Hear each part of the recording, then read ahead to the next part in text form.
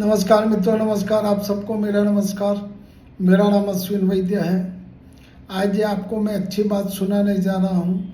कल तुम मेरा नाम पढ़ोगे इतिहासों के शिलालेख पर। जिनके पैरों में छाले हैं, मैं उनकी आंखों का जल हूँ। जिनके पैरों में छाले हैं, मैं उनकी आंखों का जल हूँ।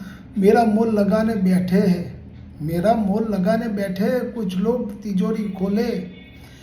दुनिया में इतना धन कब है जो मेरी खुददारी तोले।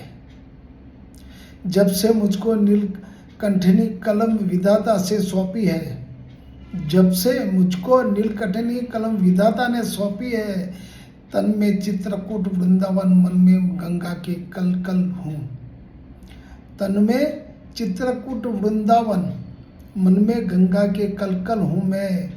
कल तुम मेरा पढ़ोगे इतिहासों के शिलालेख पर। Thank you, thank you, thank you.